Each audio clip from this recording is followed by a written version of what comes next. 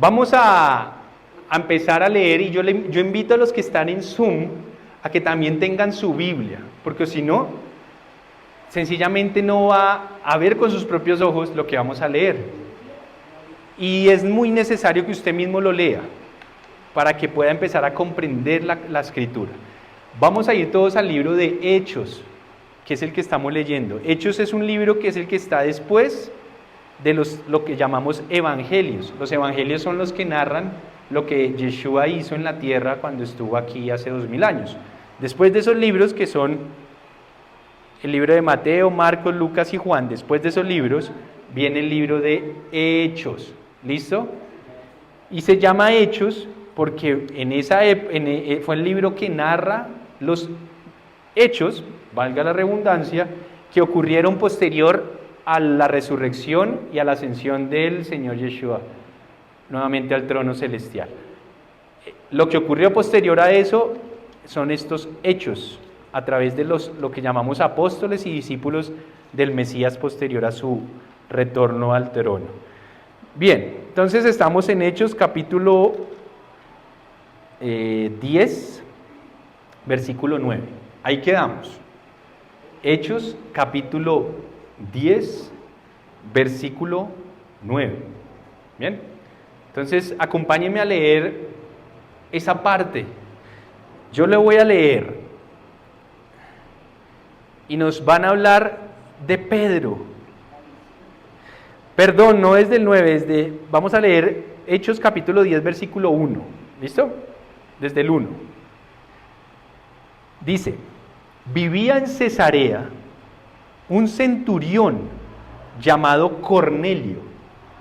Un centurión era alguien de los romanos que tenía a su cargo 100 soldados, por eso centurión. ¿Listo? Entonces él era como una autoridad dentro de los romanos. ¿Y qué dice?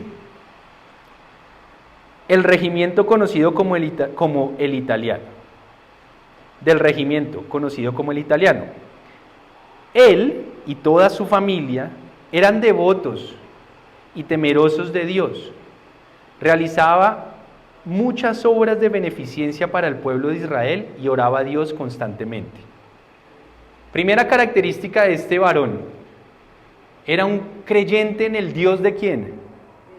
Pues en el único Dios verdadero. En esa época, obviamente, al igual que hoy en día, habían muchas creencias de muchos dioses falsos, todos los demás, pero este hombre era creyente en el Dios de Israel. Y nos dan dos características: hacía ¿qué? Obras de beneficencia. ¿Y qué más? Y oraba. Bueno, estas obras de beneficencia iban direccionadas al pueblo de Israel, y oraba a Dios constantemente, dice.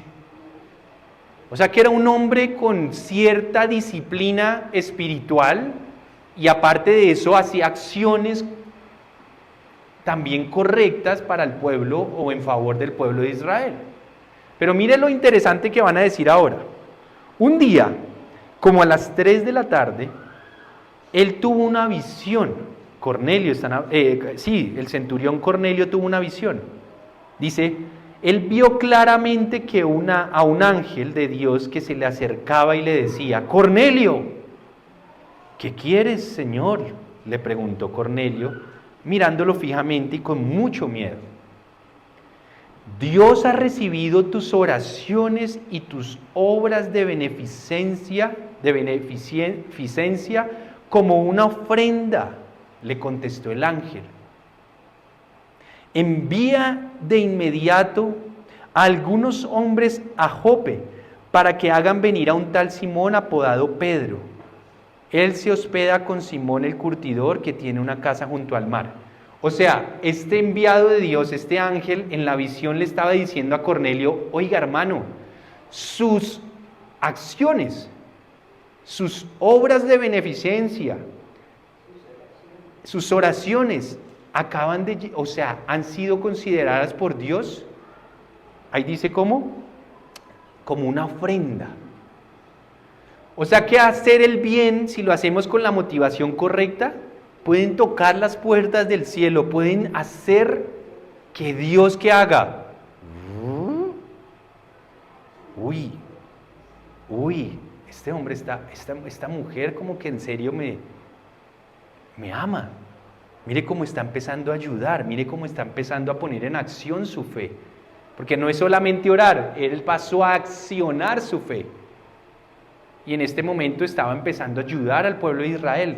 Probablemente era un hombre que tenía cierta cantidad digamos, de economía y podía empezar a ayudar, y empezó a ayudar de una u otra manera. Pero creía en ese Dios. Pero mire lo interesante, un hombre que creía en el Dios de Israel, un hombre que oraba y un hombre que ayudaba, pero aún así le faltaba algo. Y cuando Dios vio que este hombre lo hacía de corazón, lo hacía con la intención correcta, ¿qué dijo? Le voy a mandar a que conozca a ¿quién? A Pedro. Porque a él le faltaba algo. ¿Qué era? Que se le revelara ¿quién? El Mesías. Porque el Pedro le iba a revelar a él quién fue el Mesías, y después, cuando usted siga leyendo, el Espíritu Santo iba a venir sobre Cornelio y su casa. O sea que aquí hay algo muy interesante. Hay personas que hoy en día pueden estar con las ganas de conocer a Dios, creen en ese Dios. Yo, por ejemplo, pongo el ejemplo de mi mamá, que es el más cercano. Toda la vida, ella, en la forma como le habían enseñado, creía en Dios. ¿Me explico? Ella siempre desde chiquito nos inculcó a mis hermanas, a mí, pues lo que ella conocía de Dios. Y nos ponía a hacer, digamos, las oracioncitas comunes, la de, yo me acuerdo, Padre nuestro que estás en el cielo, toda, ángel de mi guarda, y nos hacía repetir en las noches. Y ahí uno siempre algo, pues ella en lo que nos, sí. Pero ella y Dios, yo creo que veía que mi mamá ahí, como un Cornelio, sí, y ayudaba y trataba y peleaba, porque ella sabía que había un Dios.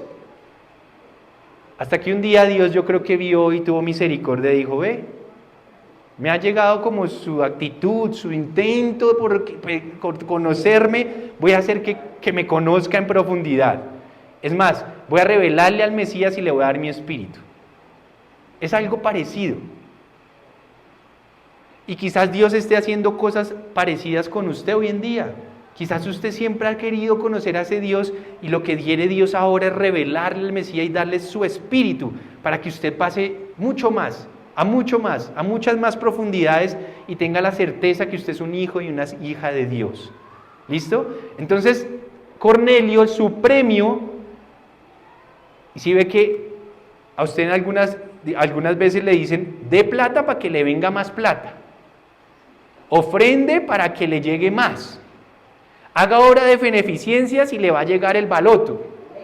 Mire que la respuesta o la riqueza que Dios le iba a regalar a Cornelio no era devolverle más plata, no era devolverle más cosas materiales, era revelarle al Mesías y darle su espíritu, que usted después lo va a leer. O sea que eso sí es un premio, que a usted le llegue el entendimiento, que usted crea en Yeshua, en Jesús, que usted se le revele cada día más Dios, y que Dios venga a vivir en usted, es un premio que no tiene precio, no tiene precio. Yo por eso lo que más anhelo en mis hijas no es que tengan un esposo rico, ¿sí? Porque nos va a sacar entonces de... y que después me mande a viajar cuando yo ya sea viejo, y que me ponga a viajar y yo relajado en un yate. No, ese no es mi sueño. Mi sueño tampoco es que sea la más pila de a donde vaya. No, pues gracias a Dios les dio Dios pilera, pero ese no es mi sueño. Mi sueño es que Dios se les revele y que un día les regale su espíritu y ellas vivan para Él independientemente con quién o sea, más bien, si eso ocurre, sabrán con quién casarse, sabrán cómo hacerlo, sabrán dónde vivir, sabrán qué hacer para Dios durante su vida. Pondrán sus talentos al servicio de Dios. Eso sí será una riqueza para mí. Así no sean en el futuro ricas de dinero o en este sentido. Entonces esa es una riqueza mayor. Ahora sí sigamos, versículo 7. Después de que se fue el ángel que le había hablado, Cornelio llamó a 2 de sus siervos, a un soldado devoto de los que le servían regularmente. Les explicó todo lo que había sucedido y los envió a Jope. Entonces, claro, este hombre de una vez creyó en la visión, llamó a uno de sus soldados que también creía en Dios y le dijo, oiga hermano, hágame un favor, se me va ya para este lugar, para Jope, y me va a hacer un favor, va a preguntar por ese tal Pedro. Y él se fue, bien juicioso. ¿Qué ocurrió después? Al día siguiente, mientras estos enviados de Cornelio, mientras iban de camino y se acercaban a la ciudad de Jope, ¿qué pasó? Pedro subió a la azotea a orar. O sea que Pedro estaba sano, él estaba en su tema, ya en el lugar, sin saber que Dios le estaba enviando ya a unas personas a que lo fueran a buscar.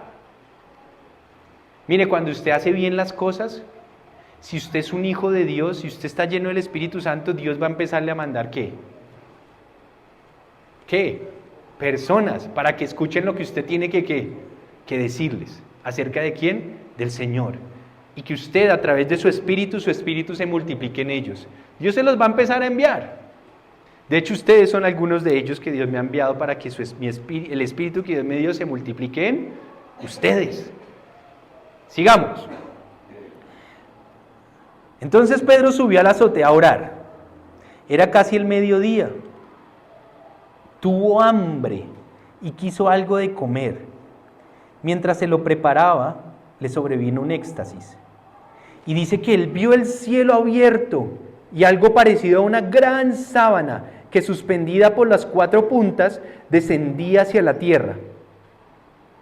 En ella, es decir, en la sábana, había toda clase de cuadrúpedos, como también reptiles y aves.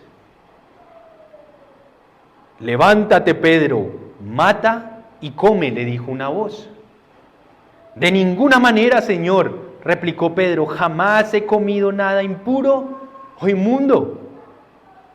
Por segunda vez le insistió la voz, lo que Dios ha purificado, tú no lo llames impuro. Y acá viene una de las preguntas más tremendas en la Biblia, o de más debate. Y esta pregunta es la siguiente, ¿por qué Pedro le dijo eso? Esa es una primera pregunta. Imagínese una sábana abierta acá grande, y adentro habían animales. Dice que cuadrúpedos, ¿qué más? Reptiles y aves. Y cuando él vio todos esos animales en ese éxtasis, dice que la voz le dijo, Pedro, mátalos y cómetelos. ¿Y Pedro qué le dijo? No, ¿cómo se te ocurre? Amigo, en mí yo nunca he comido nada impuro o inmundo. Y acá viene lo primero que usted debe entender es por qué Pedro respondió eso. Es lo primero que usted debe entender, por qué Pedro respondió eso. Y después entender por qué le dijeron a Pedro que lo que Dios había purificado, él no lo llama impuro. Entonces, para entender lo que viene a continuación en la lectura, tenemos que echar para atrás. Y tenemos que hablar un momentico otra vez de por qué Pedro dijo lo que dijo.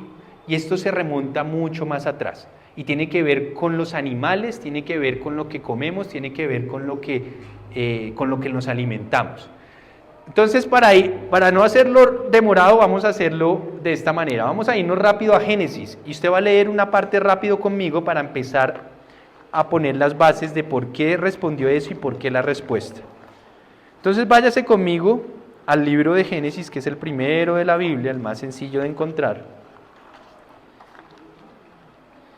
Y va a ir conmigo al capítulo 1.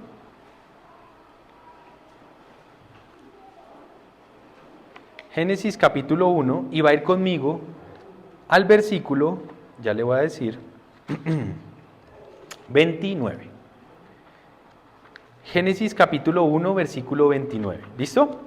Y ahí vamos a empezar a descubrir algo. Recuerde que en Génesis capítulo 1 Dios le cuenta o nos cuenta la manera como hizo toda la creación. Toda. Desde cuando hizo los cielos, la tierra, los árboles, toda la vegetación, luego hizo los animales y luego nos hizo al hombre. ¿Listo? Bien, pero acá en Génesis capítulo 1, versículo 29, Él le dijo esto al hombre, después de haber creado al ser humano, después de que creó al ser humano, Dios le dijo esto. Ponga mucha atención. También les dijo, ¿qué les dijo a los hombres? Al hombre, a los seres humanos, al ser humano. Dijo, yo les doy de la tierra todas las plantas que producen semilla y todos los árboles que dan fruto con semilla. Todo esto les servirá de alimento. Arrancando toda la creación, ¿qué fue lo que Dios le dio al ser humano para alimentarse y para comer? ¿Qué dice ahí? ¿Qué dice? Todas las plantas que producen semilla y todos los árboles que dan fruto con semilla. Todo esto le servirá de alimento. O sea que la dieta del hombre, según lo que nos está mostrando Génesis, al comienzo era ¿qué? Vegetariana. Ahí está clarito. Fruticas, vegetales. ¿O no? Solo por curiosidad, si usted sigue leyendo, ¿cuál era la dieta de los animales? Sigamos. Y doy la hierba verde como alimento a todas las fieras de la tierra, y a todas las aves del cielo, y a todos los seres vivientes que se arrastran por la tierra. ¿Cuál era la dieta de todos los animales? Hierba, plantas. O sea que ellos también eran ¿qué? Vegetarianos. Incluso dicen las fieras. O sea que el león que comía hierba.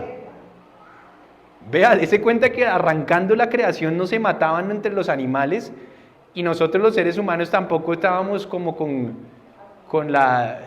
de pronto no teníamos el interés de comernos un filet mignon. ¿Cierto? Entonces, ¿qué ocurre?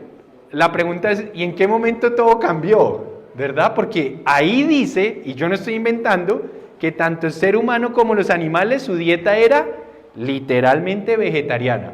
O sea, ¿dónde está? Andrea Cubides está comiendo como ahí dice, en Génesis. ¿Cierto, Andreita? Entonces su merced come aguacatico con vegetales. Y está bien. Pero resulta que cuando usted ya va pasando la historia bíblica, se da cuenta que después de que el hombre pecó, por ahí se abrió uno. Listo. Usted se da cuenta que cuando el hombre cae en pecado y entra la muerte a la tierra, todo cambió. La naturaleza se volvió salvaje, ¿o no? Ya entre los animales se mataron, se empezaron a comer. Es más, apenas ocurrió esta caída tan terrible cuando el hombre, el primer hombre creado y la primera mujer creada, que eran como los primeros sacerdotes en esta tierra, para que me lo entienda, desobedecieron a Dios y terminaron haciendo lo que Satanás les puso de papaya y les mintió, pero cayeron en la trampa. Toda esta naturaleza sufrió el hecho de que cayeran o entrara la muerte, y en nosotros entró la muerte, y es probable que nuestra naturaleza carnal, o sea, entró la carnalidad a nuestra vida, en todo sentido, no solo a nivel de pecado y espiritual, sino que también nuestra pasión por comer también carne, porque es que se volvieron así los animales y nosotros. Y es como un recordatorio que todavía la muerte reina, es como un recordatorio que todavía el sacrificio reina.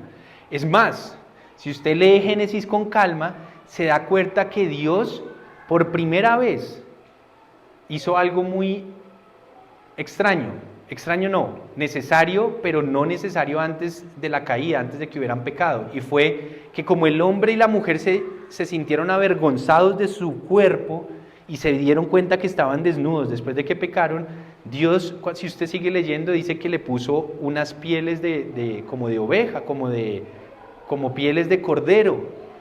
¿Quién mató ese cordero? Pues Dios. ¿Y les dio qué? Las pieles.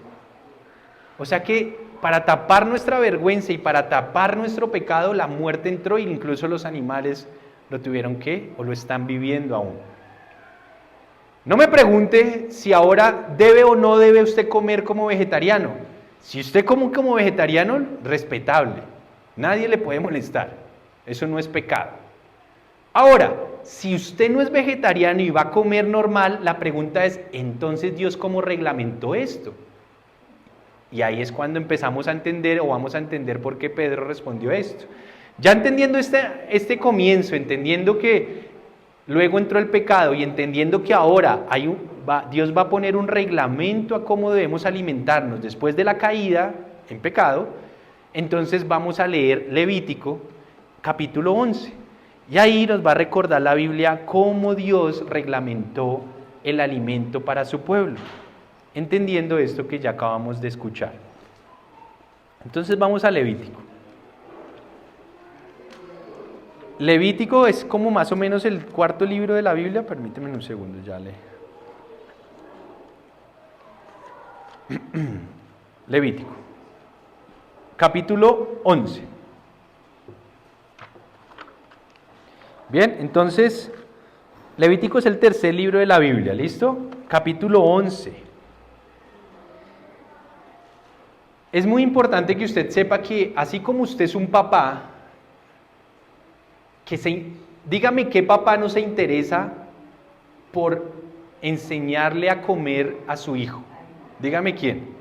Todos los papás, ¿no? ¿Cierto? Ahorita usted chiquita, o usted es chiquita, decía, coman lo que quieran, hagan. Si usted ve por ahí un gusano, cómaselo. Y si ve un alacrán por ahí, cómaselo, no pasa nada. No, uno de papá le enseña a sus hijos qué debe comer y les está interesado porque coman bien. Eso es algo natural en nosotros que somos padres. Si nosotros que somos seres humanos, padres, tenemos eso en nosotros mismos naturalmente, ¿cuánto más no nuestro Padre Celestial estará interesado en mostrarnos y decirnos cómo nos debemos alimentar ahora que tenemos esta vida mortal? Y acá nos lo dice rápidamente. El Señor le ordenó a Moisés y a Aarón que les dijera a los israelitas: de todas las bestias que hay en tierra firme, estos son los animales que ustedes podrán comer. Los rumiantes que tienen las pezuñas partidas en dos. Hay, sin embargo, rumiantes que no tienen la pezuña partida. Usted puede investigar qué es un rumiante. Un rumiante es como la vaca, que tiene varios como estómagos y ellos comen la hierba, pero eso hacen un proceso como de volver y volver a entrar. Eso es un tema ahí como todo científico, todo interesante. Entonces, averigüe qué es un rumiante. Eso es un rumiante, pero Dios dijo lo siguiente. Dijo, los rumiantes que ustedes podrán comer de los rumiantes que tienen la pezuña partida en dos. O sea que tenían que tener dos características, ser rumiantes y además su pezuña, si ha visto cómo son las vacas, ¿no? Que tienen la pezuña como partida y dividida en dos. Y dice acá Dios, hay sin embargo rumiantes que no tienen la pezuña partida en dos.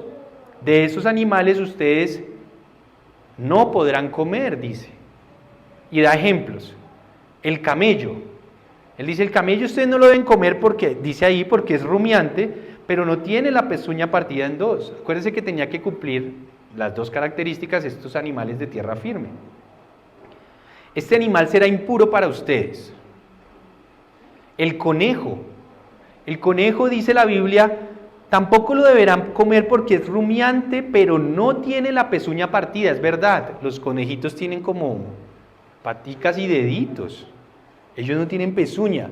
Ellos son rumiantes, pero no tienen la otra característica. Por eso Dios dijo, ¿quién mejor que el Creador decirnos por qué no? Él dice, Él no, porque no cumple las dos características. La liebre es igual, la liebre es un conejo grande. Entonces es parecido, es lo mismo, Él dice no, y por lo mismo. El cerdo, y yo por eso no como cerdo. El cerdo no porque tiene, dice el mismo Dios, porque tiene la pezuña partida en dos, o sea, él sí tiene la pezuña partida en dos, pero ¿qué dice? Pero no es rumiante, o sea, es al revés del conejo. Él no cumple las dos características, él no es un rumiante, él solo tiene, entonces no lo coman, dice, este animal será impuro para ustedes. Ahora los que les gusta la bandeja paisa ya me van a mandar un chicharrón aquí a la cabeza. Sigamos. No comerán No comerán la carne ni tocarán el cadáver de estos animales, ustedes los consideran animales impuros. Después él va al mar, a los ríos, y dice, de los animales que hay en las aguas, es decir, de los mares y los ríos, ustedes podrán comer los que tengan aletas y escamas. Él dejó dos características, aletas y escamas, no o, y, al igual que arriba, que es pezuña partida y rumiante. Aquí son aletas y escamas. Y él dice, esos sí los pueden comer. En cambio, considerarán inmundo a todos los animales de los mares y de los ríos que no tengan aletas y escaman, ya sean reptiles u otros animales acuáticos. Si a usted le encanta el camarón, pues Dios dice que no tiene las dos características. Si a usted le encanta lo que sea, el pulpo, todo lo que usted quiera, el nicuro que no tiene escamas, que sí tiene aletas pero no escamas, todo lo que usted quiera, Dios dijo no lo coman. Ahora, si usted lo quiere creer o no, eso es su tema, pero ahí lo dice, yo solo se lo estoy mostrando. Dios dice, sí coman de los ríos y los mares los que cumplen las dos características. Acuérdese que yo no estoy aquí para criticarlo y si usted lo hace enfrente mío, hágalo fresco, yo no le voy a decir nada. Yo cumplo con mostrarle, yo no lo voy a hacer.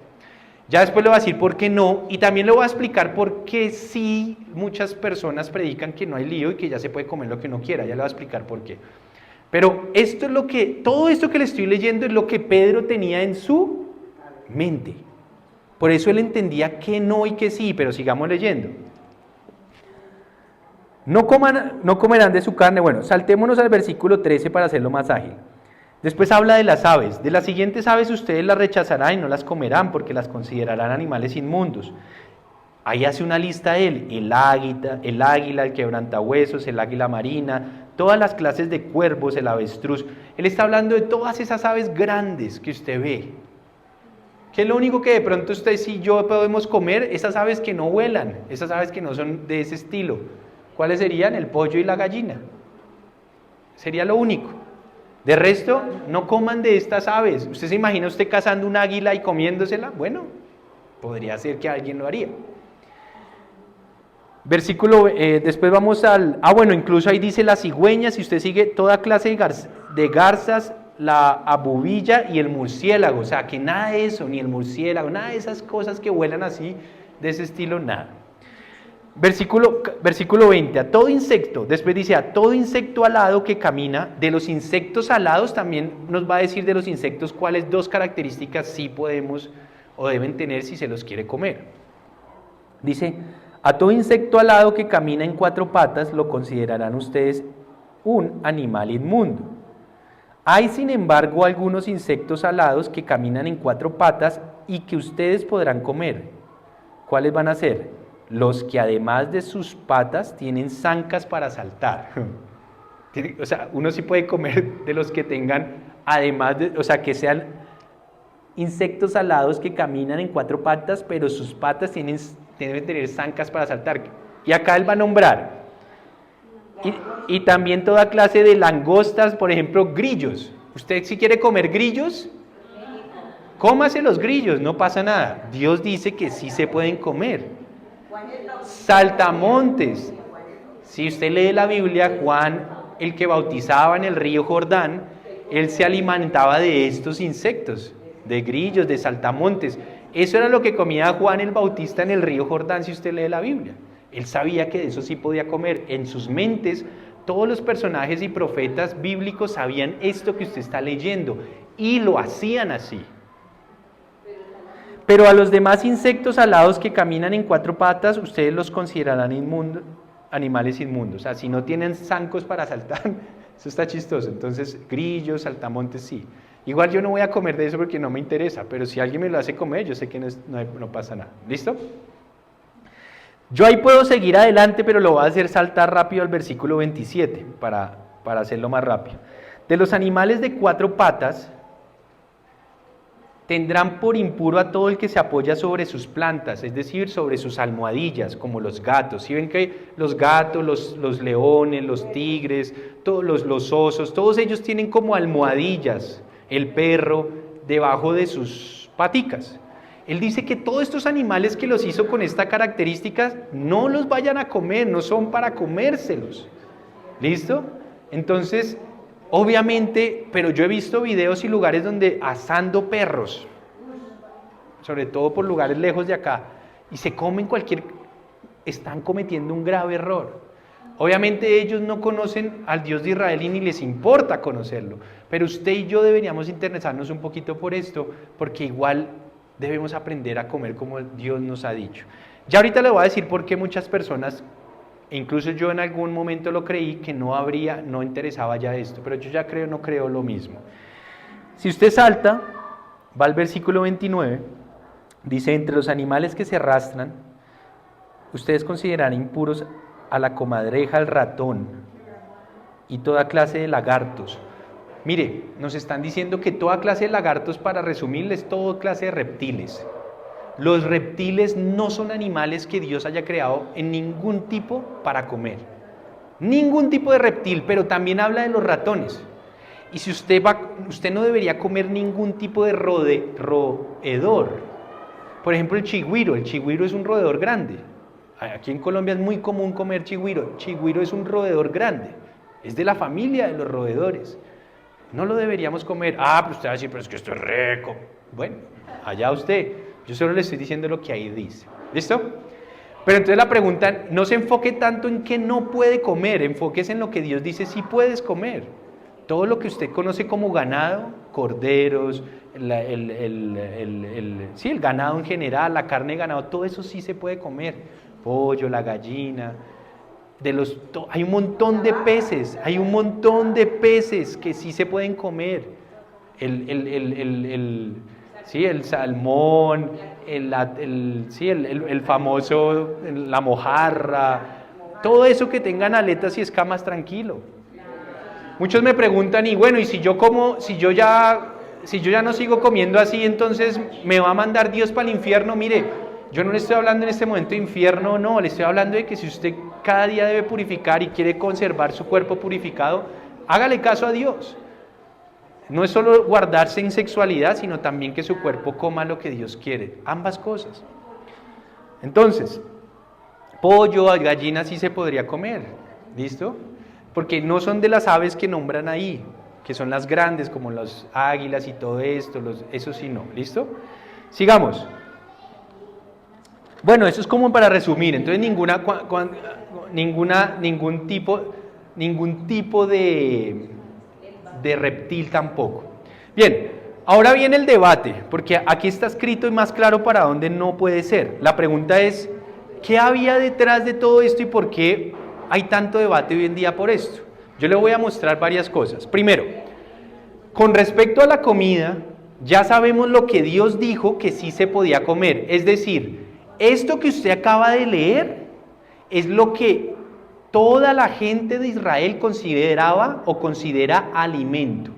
Esto que usted acaba de comer, más las frutas, más las verduras y este tipo de animales, es lo que todo el pueblo de Israel desde esa época ha considerado que es alimento.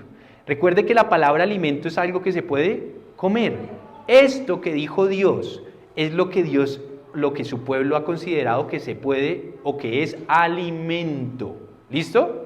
Alimento. Ya entendiendo ese concepto, vamos a tener que, antes de volver a Pedro, entender 3 cosas que dijo Dios adicionales acerca de lo que comiéramos. La primera adicional que dijo fue la siguiente. Está en Éxodo 34:15. Vaya al libro de Éxodo, que está uno antes, atrás de lo que usted acaba de leer. Libro de Éxodo, capítulo 34. Y ojalá, yo sé que algunas personas que me puedan estar escuchando en este momento dirá, este chico quiere judaizar o volver al judaísmo a las personas. Quédese hasta el final de la charla y para que pueda de pronto agarrar toda la idea del por qué yo digo que sí deberíamos vivir en este tipo de alimentación. Dice, Éxodo capítulo 34, versículo 15. Tenemos que entender 3 cosas más y esta va a ser la primera de esas 3 cosas más para poder avanzar, o si no después va a ser muy confuso. Éxodo 34, 15, ya le voy a leer.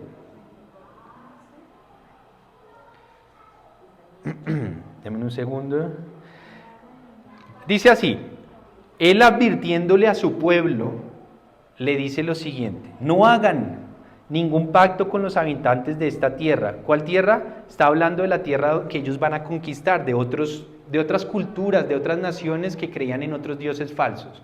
Él dice, miren, cuando entren a esa tierra, no vayan a hacer pacto con los habitantes de esa tierra, porque se prostituyen por ir tras sus dioses. Y cuando les ofrezcan, escuche esto, cuando ellos les ofrezcan sacrificios a estos dioses falsos, te invitarán a participar de ellos. Y si casas a tu hijo con una de las mujeres cuando ella se prostituya por ir tras sus dioses, inducirán a tu hijo a hacer lo mismo. Cuando usted lee ese primer versículo y dice que no vayan a hacer pacto con ninguna de esas personas, de esas culturas, porque ellos van a ofrecer sacrificio a esos dioses. ¿Qué pasaba? En esa época, incluso hoy en día, muchas personas creen en muchas cosas. Y una de las maneras de celebrar sus creencias a otros dioses era comer, matar animales, literalmente asarlos, y comérselos dedicados a ese dios X. De hecho, en la Biblia habla de varios dioses falsos de esa época de creencias de otros, como Moloch, como se me va el nombre de una chica que ellos también nombraban un montón. En fin, dioses de muchas otras culturas, y ellos lo que hacían era matar. ¿A qué cuenta? Mataban una vaca, pero la mataban con el fin de sentarse a comerse esa vaca asadita con más personas dedicadas a ese dios falso. Entonces, una de las primeras condiciones o advertencia que Dios le hace a Dios es, miren, no van a entrar en pacto con ellos y no vayan a comer de lo sacrificado a los ídolos falsos. De ahí viene ese digámoslo así, ese entendimiento. ¿Bien? Para usted volver o entenderlo mejor, vaya conmigo al libro de Números, que son 2 libros más adelante, después de ese, y va al capítulo 25, y le estoy haciendo muy rápido esto para que le quede claro hasta el final. Números capítulo 25, versículo 1 y 2. Otra advertencia que le hace Dios a su pueblo, que tiene que ver con la forma de alimentarse o con una situación, en este caso al momento de alimentarse. Dice así, Números capítulo 25, versículo 1 y 2, Dios dice, dice la palabra, mientras los israelitas acampaban en Sitín, comenzaron a prostituirse con las mujeres moabitas. O sea, ellos se empezaron a meter con estas mujeres de estas otras naciones, cosa que Dios les había dicho que no. Dice, se empezaron a meter con las mujeres moabitas, las cuales los invitaban ¿a qué? A participar en los sacrificios a sus dioses. Los israelitas comían, ¿sí escuchan?, delante de estos dioses y se inclinaban a adorarlos. Esto los llevó a unirse al culto de Baal peor. Por tanto, la ira del Señor se encendió contra ellos. Es decir, aquí había un problema y era que empezaron a unirse a estas mujeres, quienes los invitaron a participar en los sacrificios y en las comidas que ellos hacían en nombre de estos dioses falsos, y ellos terminaban en esas comidas comiendo en esas cosas que hacían para estos dioses falsos y terminaban adorando a estos dioses falsos. El problema de acá, les voy a hacer una pregunta clave. ¿El problema de acá era la comida o cuál era? Que adoraran otros dioses. Ellos terminaban adorando otros dioses. O sea, el problema detrás de esta situación era la idolatría a otros dioses. Ese era el problema mayor. Que a través de una comida lo hacían, que sentándose con estas mujeres, metiéndose con estas mujeres, terminaban haciéndolo. Pero el problema más grave de esta situación no era ni siquiera la comida en sí, sino que terminaban adorando a otros dioses falsos. O sea que si mataban una vaca que era lícita para Dios, porque la vaca sí era un rumiante con pezuña partida, ellos quizás mataban una vaca. El problema no era la vaca en sí, porque era lícita para ellos. El problema era que terminaban adorando a otros dioses y habían interrumpido su obediencia por haberse metido con una mujer de otro pueblo que no creía en el Dios de Israel. Ese era el problema. Entonces considere eso como la primera situación para antes de volver a Pedro. ¿Cuál es la segunda situación para antes de volver a Pedro? Es la siguiente. ¿Qué ocurría cuando se encontraban un animal ya muerto? Digamos que otro animal lo había matado o se había ahogado o un animal estrangulado.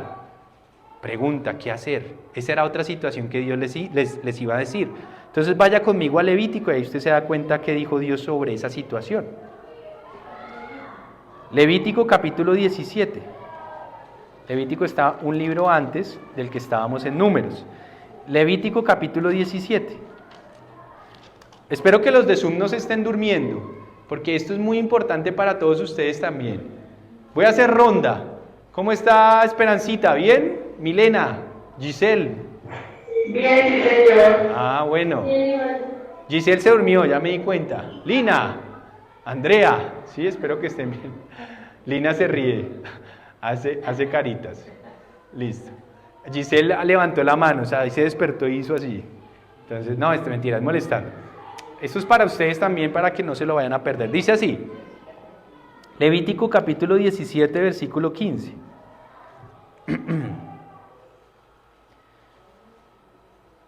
Dice, bueno, le voy a leer desde el 13 para que entienda las dos.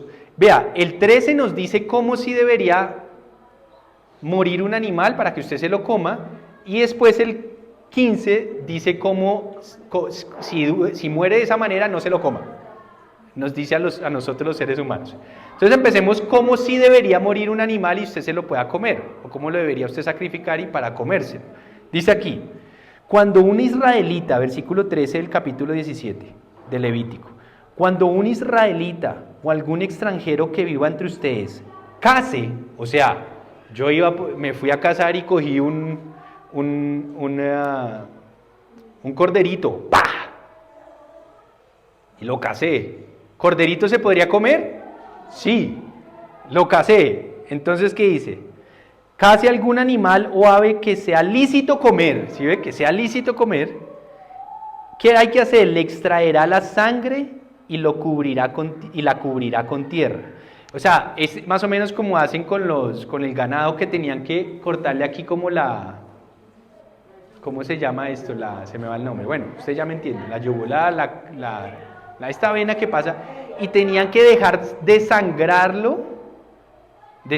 Toda la sangre tenía que caer sobre la tierra y después tapar la tierra, la sangre.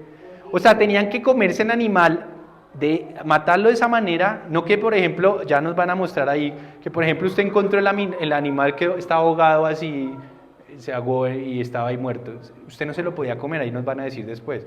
O el animal lo mató otro animal y lo dejó ahí, y usted no se lo podía comer, ya nos van a decir. Pero si usted lo cazaba y toda su sangre la derramaba y la tapaba con tierra, esa sangre tenía que ser derramada toda, y ahí sí usted se podía comer. Porque más adelante usted va a leer que usted tampoco podía comerse el animal con su sangre, o sea, la sangre no se podía comer, usted no se la podía comer, ya vamos a leer eso. Eso fue más o menos lo que le pasó a nuestro Señor Yeshua, a Jesús. Por eso la Biblia dice que Jesús o Yeshua derramó toda su sangre hasta la muerte. El Señor tenía que morir como la Escritura decía, derramando ¿qué? Toda su sangre, porque la Escritura decía que el sacrificio, para que fuera válido y usted se podía comer bien, tenía que ¿qué? Por eso la Biblia dice que el Mesías o Yeshua es el Cordero Pascual, que nosotros nos comemos, porque lo creemos ahora. Él fue el que, por eso toda su sangre fue derramada en la forma de muerte que Él tuvo. Tenía que ser así. Entonces dice que le extraerán la sangre y cubrirán la sangre con tierra. Y acá dice, pues la vida de toda criatura está en su sangre. Por eso les he dicho, no coman la sangre de ninguna criatura, porque la vida de toda criatura está en la sangre. Cualquiera que la coma será eliminado. O sea, comas el animal lícito, pero sin la sangre. Desángrelo. Y ahí sí cómase. Eso es lo que nos están diciendo. Pero entonces, ¿cómo hacen la rellena? La rellena coge la sangre del animal, llenan el coso con toda sangre, después se la pasan. Cuando dice que la sangre tenía que ser ¿qué? Derramada sobre la tierra. No se sienta ofendido, solamente le estoy contando. ¿Listo? La pepitoria es muy interesante, ¿no? Pero es sangre. La comida santandereana, la pepitoria es sangre con arrocito y todo. Entonces, pues, yo ahí le dejo la perla. Pero ¿cómo sí? ¿Cómo digo? Y ahora, bueno, y acá ahora nos dice cómo no deberíamos comernos un animal, así sea lícito el animal, cómo no, si lo encontramos como. Dice, todo nativo extranjero que coma la carne de un animal que las fieras hayan matado o despedazado, deberá lavarse la ropa y bañarse con agua y quedará impuro hasta el anochecer. Después de eso quedará puro. Pero si no se lava la ropa ni se baña, sufrirá las consecuencias de su pecado. O sea, este tipo de animales estrangulados o muertos así son impuros, no se deberían comer. O sea, si usted ve una vaca, se topó una vaca muerta y que ha estado ahí y que la mató un animal y usted se la puede comer. No, ese tipo de animal estrangulado, ahogado, así, no se lo coma. No se lo coma. ¿Listo? Entonces usted tenía que cazarlo inmediatamente, su sangre, ser derramada y ahí sí comérselo. Yo no entiendo mucho de eso, pero sé que si un animal se muere y usted no le quita rápido la sangre, se pone incomible después. O sea que es un tema que toca ser ágil, los que hacen ese tipo de actividades lo entienden mejor.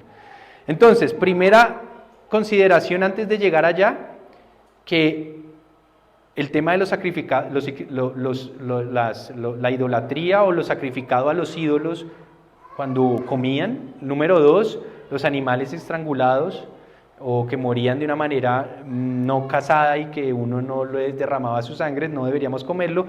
Y la última es hacer énfasis en lo de la sangre, simplemente que usted ya se está dando cuenta, y es Génesis 9:4. Si usted va a Génesis capítulo 9, versículo 4, esta es la tercera consideración y ya volvemos a las demás situaciones ya más a profundidad. Génesis capítulo 9, versículo 4 dice así: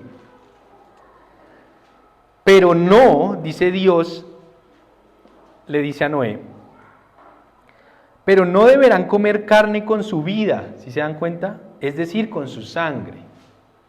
Por cierto, de la sangre de ustedes yo habré pedirles cuenta. A todos los animales y a todos los seres humanos les pediré cuentas de la vida de sus semejantes. Pero él hace énfasis, no deben comerse la carne con su sangre.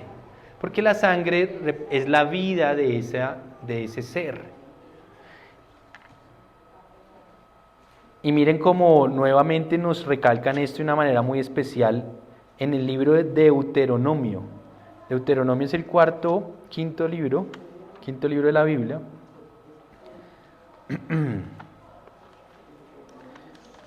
El Deuteronomio, capítulo 12, versículo 16.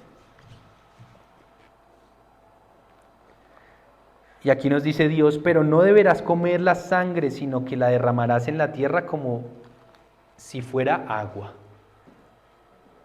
Por eso el Señor también derramó toda su sangre hasta la muerte, dice la Escritura. ¿Listo? Entonces, 3 consideraciones. Tener cuidado con el tema de los sacrificados a los ídolos, porque nos íbamos a terminar involucrando con idolatría. Número 2, no comer animales estrangulados o muertos de una manera incorrecta sin derramar su sangre. Y número 3, lo de la sangre específicamente, no debemos ingerirla o comerla o tomarla. ¿Listo? ¿Qué hacen los satánicos? Los satánicos hacen todo de aposta. Ellos sí sacrifican gatos o lo que sea, animales impuros, y lo que hacen es beberse la sangre. Ustedes eso lo ven en las películas, pero eso es cierto. O sea, hacen todo lo contrario a lo que la Escritura dice no hagan. Porque Satanás los lleva a hacer todo lo contrario a lo que Dios ha dicho. Y se hacen impuros a sí mismos sin darse cuenta. Listo. Ahora, ya entendiendo todo este contexto, esto que les acabo de decir es lo que Pedro tiene en su mente. Y no solo Pedro, todos los discípulos. Es lo que Yeshua vivió también en vida. Es lo que todos los profetas durante toda la historia entendieron. Es lo que todo el pueblo de Israel debió haber vivido siempre. La pregunta es, ¿y en qué momento cambió todo? O por lo menos se nos enseñó que no hay que ponerle cuidado a esto. Le voy a decir en qué momento exactamente. Y es cuando yo le voy a expresar por qué creo que deberíamos seguir analizando esto y no dejándolo atrás. Resulta que hay 2 momentos en la Biblia que tenemos que analizar rápidamente. ¿Qué horas tengo? 5 y 32. Vamos a hacerlo, voy a ver si lo logro y le voy a pedir que no se vaya, porque quizás yo siempre estoy acabando las y 40, pero creo que aquí van a extender un poquitico más, entonces aguántelo si no quiere de pronto perderse la idea completa. Dice así, vamos a rápidamente a Marcos capítulo 7. Ese es uno de los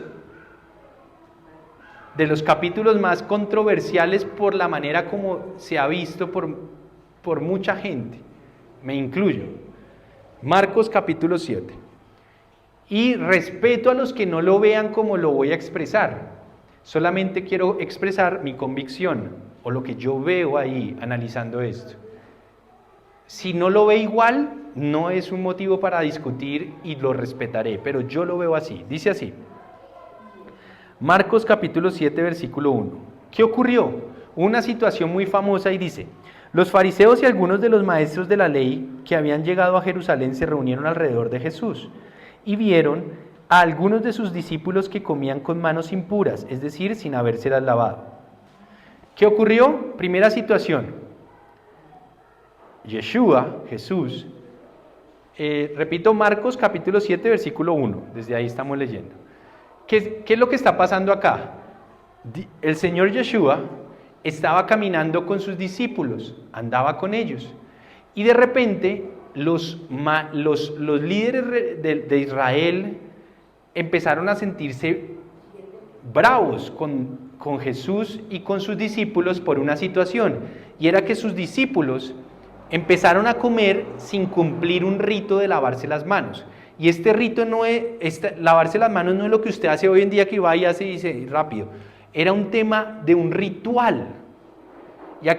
Y ellos estaban diciendo, ¿cómo es posible que tus discípulos, Yeshua, estén comiendo sin haber cumplido el ritual de lavarse las manos? Y aquí entre paréntesis en el versículo 3, la Biblia nos dice algo. Dice, en efecto los fariseos y los demás judíos no comen nada sin primero cumplir con el rito de lavarse las manos, ya que están aferrados a la tradición de los ancianos.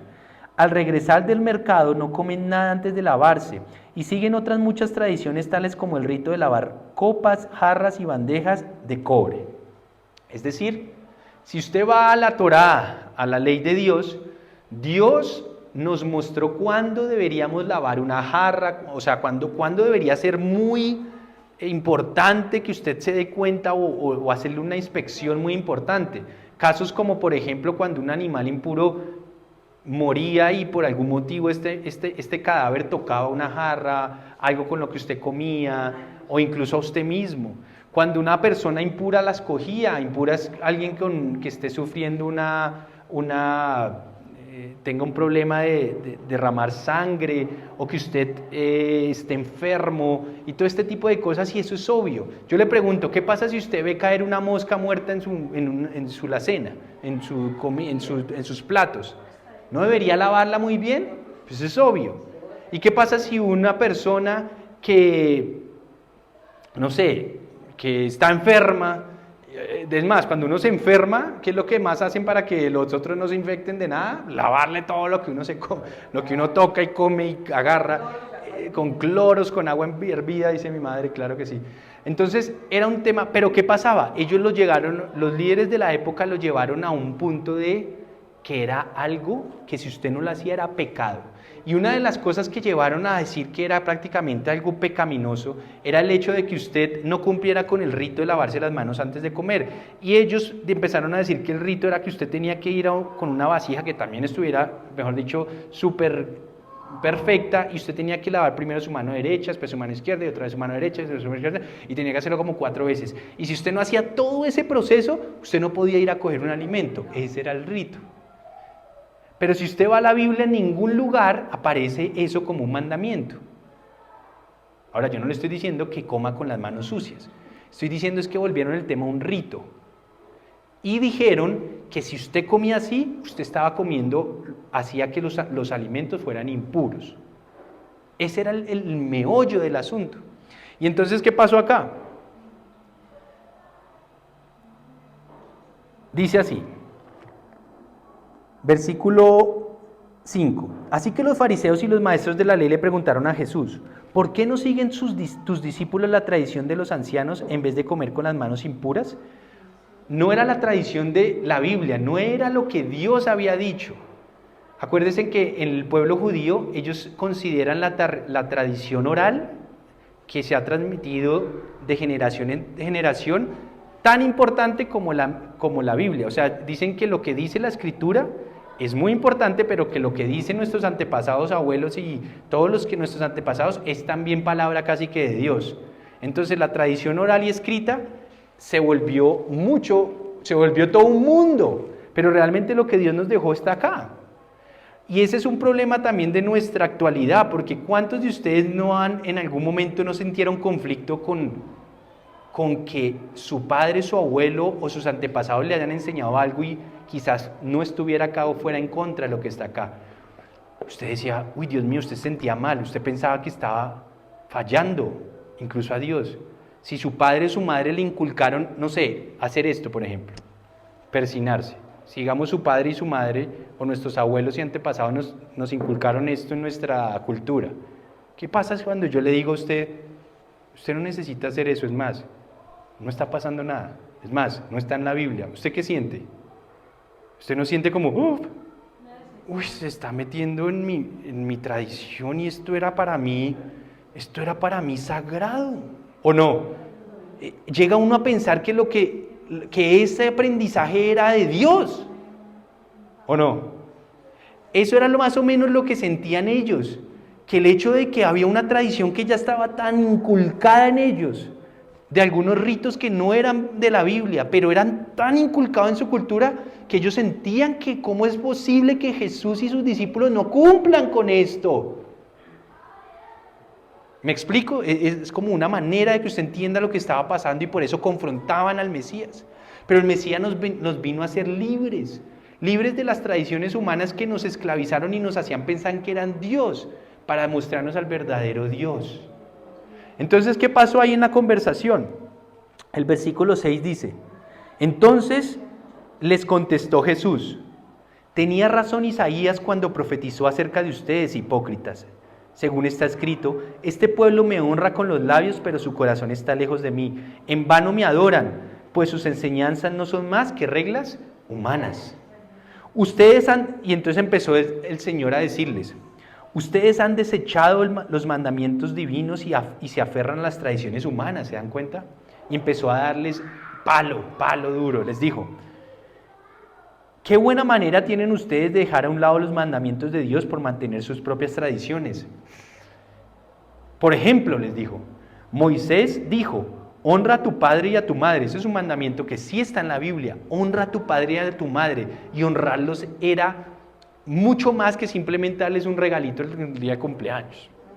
Honrarlos era tener una responsabilidad hasta la muerte con ellos. Yo no estoy diciendo que se los lleve a vivir con usted cuando se case, porque usted tiene que hacer rancho aparte, pero lo que le estoy diciendo es que usted tiene que velar por ellos hasta el final, y mucho más cuando lo necesiten en su vejez, no ser ingrato, que si ya no vive con ellos, llamarlos, estar pendientes, honrarlos, estar pendientes que estén bien, que si entran en un problema de salud, usted sea el primero en estar. Yo he visto muchos hijos que se desentienden de sus papás y terminan simplemente botados por allá en cualquier lugar. Entonces el mandamiento de honrar a padre y madre era todo un proceso hasta la muerte de ellos. Y acá los empieza a injuriar, porque les dice a estos maestros, luego no dijo Moisés, honra a tu padre y a tu madre, y el que maldiga a su padre y a su madre será condenado a muerte. Ustedes, en cambio, y les empieza a echar todo el vainazo, enseñan que un hijo puede decirle a su padre o a su madre, cualquier ayuda que te pueda haber dado es corbán, es decir, ofrenda dedicada a Dios. Como quien dice, con cualquier cosita que yo pueda medio darte y ayudarte, eso ya es ofrenda a Dios. No, era un tema de responsabilidad. Entonces le está diciendo, ustedes le están enseñando mal al pueblo por sus tradiciones humanas. Y después le dice más cosas. En ese caso, tal hijo ya no está obligado a hacer nada por su padre ni por su madre, ¿sí ven? Así que por la tradición que se transmiten entre ustedes, esa tradición oral que hay entre ustedes, así como nos llegó a la de nosotros abuelos, padres, y nosotros seguimos repitiendo, y por eso es que parte de nuestra misión como congregación es romper las tradiciones humanas que traíamos y conocer al Dios de Israel, al Dios verdadero y su palabra. Dice, por culpa de esas tradiciones que se transmiten entre ustedes, anulan la palabra de Dios y hacen muchas cosas parecidas. De nuevo Jesús llamó a la multitud y les dijo: escúchenme todos y entiendan esto. Nada de lo que viene de afuera puede contaminar a una persona, más bien lo que sale de la persona es lo que la contamina. Después de que dejó a la gente y entró a la casa, sus discípulos le preguntaron sobre la comparación que había hecho. Tampoco ustedes pueden entenderlo, les dijo. ¿No se dan cuenta que nada de lo que entra en una persona puede contaminarla? Porque no entra en su corazón, sino en su estómago y después va a dar a la letrina. Y miren esta frase que dice aquí en la Biblia. Con esto Jesús, o Yeshua, declaraba limpios todos los alimentos. Aquí, esta frase es la que nos dicen o la que hemos entendido, creo yo, mal. Porque con esta frase es que la mayoría de personas dicen: sí, ve, Iván, Dios está diciendo que podemos comer de todo, incluyendo cerdito, comida rellenita, pero es que nos estamos dando cuenta, no estamos leyendo bien. ¿Qué dice Yeshua que declaró puro? ¿Qué? ¿Todo qué? Los alimentos. ¿Y para ellos qué era alimento? No dice que declaró puros todos los animales, dice que declaró puros todos los alimentos. Y es que el problema de esta situación era que así los discípulos en ese momento se fueran a comer un pedazo de carne de vaca, que sí se podía. El problema es que ellos estaban, los líderes religiosos de esa época estaban diciendo que si no cumplían con el rito de lavarse las manos como ellos decían, hacían impuros los alimentos. O sea, estaban diciendo: ustedes no se lavan las manos como nosotros decimos, si cogen el alimento así se pueda comer, ustedes lo hacen impuro. Yeshua dijo: no, señores, uno no hace impuro nada de eso por no cumplir su rito. Todo lo que yo dije que es para comer es puro y punto. Así usted no cumpla con el rito de lavarse las manos. O sea, no nos están diciendo que podemos comernos o que hayan declarado puros cualquier animal. Lo que Yeshua le estaba diciendo, que no se laven las manos como ellos dicen, no quiere decir que los animales que ustedes sí pueden comer son impuros. Los declaró puros y los hizo no caer en la trampa de esa tradición. Vuelva y lea. Con esto Yeshua declaraba limpios todos los alimentos. O sea, usted no se estrese por comer, tenga o no tenga, o haya cumplido o no con el rito de lavarse las manos que ellos dicen. Usted tranquilo, cómase eso, lo que Dios ya dice que coma. Pero entonces, si no tenemos el contexto y la mente de una cultura hebrea, pues creamos que, ¿qué entendemos de arranque? Pues que es cualquier cosa. Entonces, pues si ve que ahí dice que todo podemos comer. No, ese no era el debate, ni mucho menos. Recuerde que Pedro, más adelante que el que estamos leyendo, Pedro anduvo en persona con Yeshua, con Jesús. ¿Y qué dijo Pedro allá en Hechos? Jamás ha entrado en mi boca animal impuro. O sea que Yeshua les daba otra cosa que fuera impura. No, él también comió como dice la Escritura. Pedro anduvo con él y los dos comían como dice la Escritura. Aquí el tema no era de eso. Ahora bien, creo que hoy sí no me va a alcanzar el tiempo, pero lo voy a terminar el próximo fin de semana. Terminarles de mostrar las otras dos situaciones que han llevado a que nuestra cultura piense que podemos comer lo que sea. Y son palabras que Pablo dijo que nos confunden si no cogemos el contexto bien, como este. Si yo no le explico todo el contexto de para ellos qué es un animal puro o impuro, qué es alimento y no, y el contexto de la situación que está pasando con los rituales de los que estaba pasando y de la situación, créame que usted si usted lee la Biblia sin ese contexto, usted queda creyendo que usted puede comer cualquier cosa. Porque esa es el desafío de la Biblia, poder entender ellos cómo estaban pensando lo que estaban pensando y qué es lo que dice ahí. Bien, entonces dejémoslo hasta ahí. Ya el otro fin de semana le termino de explicar lo que me falta y luego seguimos leyendo Hechos para entender qué fue lo que ocurrió con esos. Pero ya empieza usted a entender más. Si usted, teniendo la mente de Pedro, ve bajar en una sábana, acuérdese qué fue lo que vio Pedro en la sábana extendida? Animales cuadrúpedos, como digamos el perro, un gato, él vio esos cuadratos, un león, vio reptiles y vio esas aves grandes. Y usted ya entiende el contexto y que la voz le diga mata y come. Pues claro, Pedro dijo, ¿cómo así? Si yo sé lo que dice ahí, que yo no debo comer de esto. Y empezó la confusión. ¿Qué me estará queriendo decir Dios? ¿Que de ahora en adelante yo puedo comer estos animales? No, la Escritura después dice a qué se refería Dios con ese ejemplo que le dio a Pedro. Vamos a orar. Y lo invito a que ojalá no se pierda lo que vamos a hablar dentro de 8 días, porque va a culminar toda la idea completa y va a poder usted sacar sus conclusiones al final. Si no lo ve igual, respetable. Si lo ve igual, me alegro. Porque yo creo firmemente que el contexto es ese, y por eso lo estoy diciendo públicamente. Pero lo vamos a seguir mirando y lo que falta también, porque más adelante hay un par de cositas interesantes para terminar de analizar.